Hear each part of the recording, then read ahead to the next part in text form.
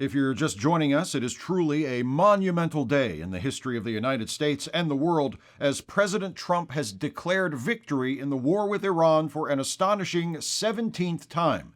Here with us live from the White House to discuss this latest unprecedented achievement by the president is our chief political correspondent. What's the mood in the West Wing? The mood is celebratory, as you might imagine. As everyone I'm sure knows already, the United States and Iran have been honoring a ceasefire since last week. That ceasefire came about following President Trump's threat to destroy the entire Iranian civilization. Since then, talks have continued and apparently gone well because the Department of War has posted this image to all of its social media accounts, which, as you can see, depicts President Trump with a humble smile, pictured beneath text which reads in all caps, "We won," followed by a single resounding exclamation point. So it's official then? It's official. The war with Iran is over? It's over. Wonderful news. For now.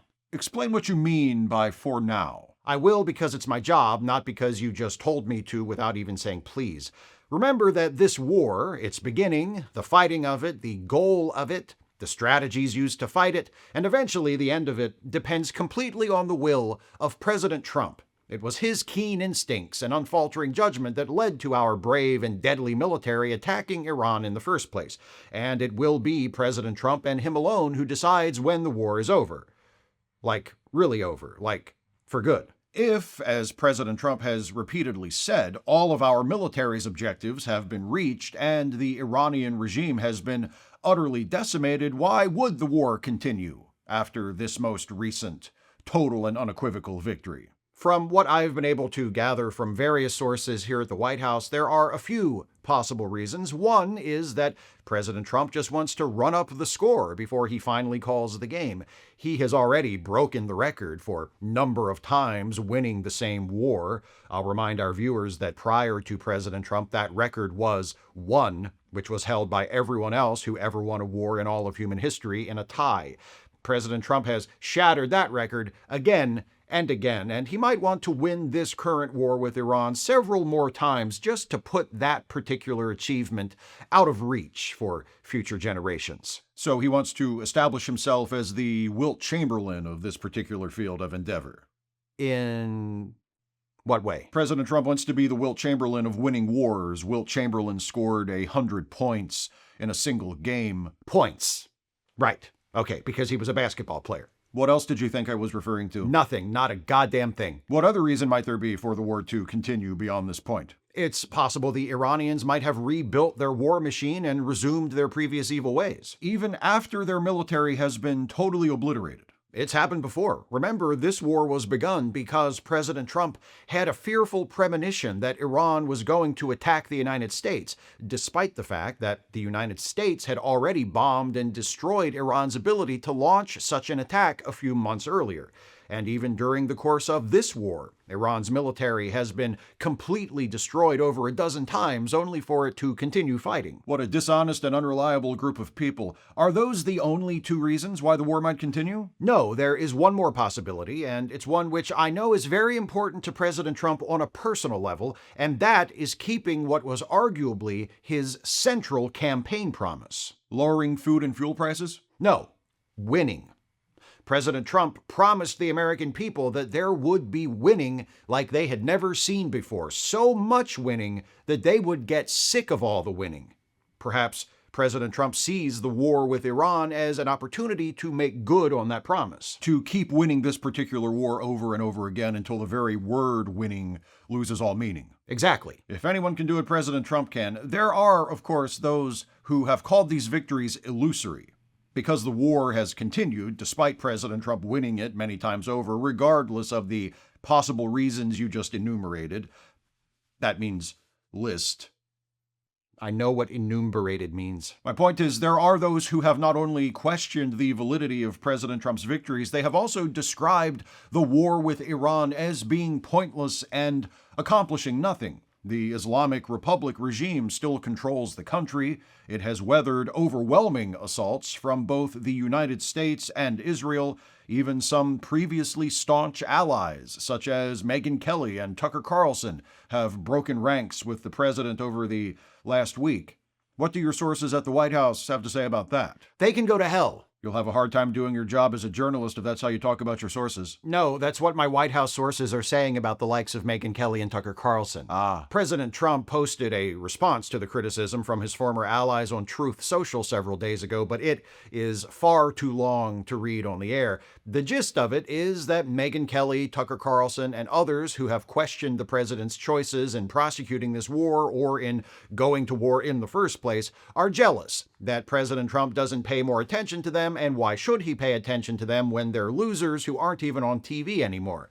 One of my sources, a senior administration official who spoke to me on the condition they remain anonymous and I give them some gas money, told me about a recent conversation in the Oval Office where President Trump said of Carlson, Kelly, and the other conservative commentators who have spoken out against him, quote, "Let's see them do a war. They couldn't even do one." What about the argument that President Trump's recent threats against Iran, claiming he would destroy an entire civilization if his terms were not met and so forth, are over the line and that no president should ever talk that way? How do you want him to talk? Like a pussy? You want the president to talk like a weak little pussy? Are you quoting another one of your sources? Definitely. What's next for the war? What can we expect in the coming days and weeks? Despite the repeated overwhelming victories won against Iranian forces by the American military and the current ceasefire, Iran still retains control of the Strait of Hormuz, a crucial route for international trade. And though the Iranians are currently allowing vessels to pass through the strait in accordance with the terms of the ceasefire, they could choose to close it off again, essentially at any time. And what is President Trump planning to do about that? Negotiations between the two sides are ongoing, and I've been told they are peaceful and productive. Just this morning, President Trump posted on his Truth Social account, quote, "I swear to God, if Iran doesn't get its shit together about the motherfucking Strait of Hormuz for good in the next hour, I will bomb the goddamn country back to how things were in the Flintstones, and I promise you they will not like it because the cars will run on feet and they will not be selling any oil then." That sentence is punctuated by 4 exclamation points. Do the right thing, Iran, and let the oil go and no one else has to die, or keep the strait closed and everyone will die. I am not fucking around. Seriously. 5 exclamation points.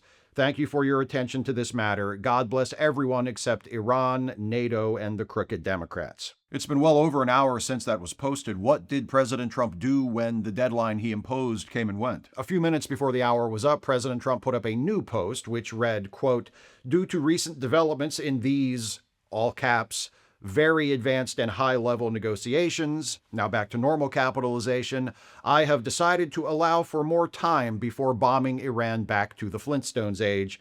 Thank this matter for attending to it, did you." Not sure what happened there. If that doesn't do it, I don't know what will. Speaking of those negotiations, last week we heard they would be continuing in the Pakistani capital of Islamabad. What can you tell us about that? A team of elite, top-level negotiators will represent President Trump during the Islamabad talks, including Special Envoy Steve Witkoff and President Trump's son-in-law, Jared Kushner.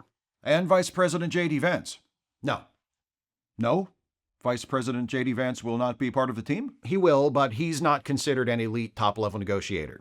It's my understanding that privately the president has made that very clear. Then why include him on the team? I think everyone's just looking forward to him being out of town for a while. If the present ceasefire doesn't last and the war continues beyond that point, it will soon reach the 60-day limit imposed by the War Powers Resolution, beyond which any military activity would require congressional approval. Does President Trump have a specific number of victories he would like to reach before then? Say 20 or even 25? As you know, President Trump is a New Yorker, and as such, he remembers the legendary race between Yankee greats Mickey Mantle and Roger Maris to be the first to break Babe Ruth's single-season home run record. With that in mind, I've been hearing the number the president is aiming for is 61. I see you're getting sports references now. Isn't that a little ambitious? The clock is ticking. Is the president optimistic that Congress will approve?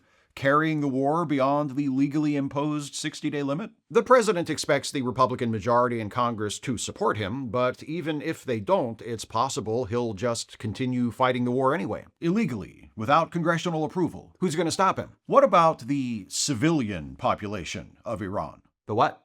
The civilian population of Iran. The Iranian people themselves. Are you talking about the Ayatollahs, the Revolutionary Guard? I'm talking about just the ordinary citizens who live there, the civilian population of Iran. What does the Trump administration anticipate will happen to them after the United States wins the war for the last time? Will they be better off than they have been under the rule of the current regime? I'm sorry, who are you talking about? The people who live in Iran. Are there people living in Iran? Yes. Like, a lot? Over 90 million. This is the first I'm hearing about it. Seriously, not one of my sources at the White House has ever mentioned them once. They must be keeping those plans close to the vest. Thanks for the update. We'll check back and... Hang on just a moment. I just got a notification. President Trump has just released a statement declaring total victory in the war against Iran for the 18th time. Glory hallelujah. The president's statement, posted on Truth Social, says, quote, "The Iranian military has been completely wiped out and the ability of their evil regime to make war has been smashed totally and for all time. World peace," in all caps, and then 7 exclamation points. What a day to be an American. We'll come back to you next hour. Keep up the good work and don't lose count. I won't, but you're not my boss. World peace at last. Surely there will be jubilant celebrations across the globe. This just in, the Israeli military has blown up the last bridge in southern Lebanon. We'll have more after the break.